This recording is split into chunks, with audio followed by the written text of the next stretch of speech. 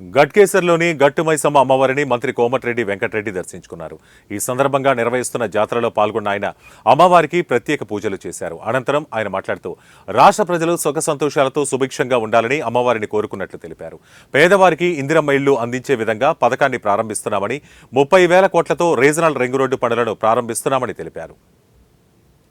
గత 4 సంవత్సరాల వచ్చిన కరోనా లాంటి మహమ్మారి లేకుండా అమ్మవారంటే ఎందుకంటే బాగా మహిమగల అమ్మవారిని ఈ ప్రాంతంలో దీని గురించి తెలుసు.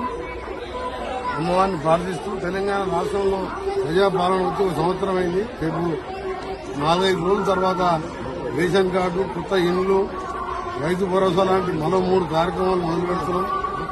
అమ్మవారిని ఈ ప్రభుత్వాన్ని ఆశీర్వదించి పేద ప్రజలు ప్రతి ఒక్కరు ఇల్లు సొంత ఇంట్లో ఉండే విధంగా 5 లక్షలతో ఇందిరమ్మ ఇల్లు కట్టే కార్యక్రమం కాదు.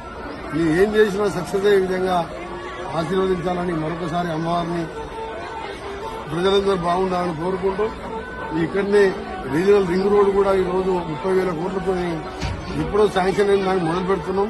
ముఖ్యంగా నేను అనుకుంది ఏంటంటే ఇవాళ అమ్మవారిని అనుకోకుండా పిలిపించుకొని నాకు దర్శించుకునే భాగ్యం కల్పించింది అమ్మవారిని ప్రార్థించడం జరిగింది. కాబట్టి రేపు ప్రిన్సిపల్ సెక్రటరీ గారిని, అలాగే ఎండోమెంట్ కమిషనర్ని, ఎండోమెంట్ సిఈ ఉంటాడు సపరేట్ గా మన తెలంగాణకు, ఆయన ఒక వారం సంబంధించి ల్యాండ్ డిస్ప్యూట్ ఉన్నది, ఆయనను కూడా పిలిపించి అవసరం మేడ్చల్ కలెక్టర్ కూడా ఆదేశాలు ఇచ్చి endowment principal secretary Shailaja Ramaiah గారిని కూడా పంపించి దాన్ని కూడా త్వరలోనే నేను ఎప్పుడు ఈ ఏరియాలు తిరుగుతున్నాను కాబట్టి వీళ్ళు వాళ్ళని పంపించిన తర్వాత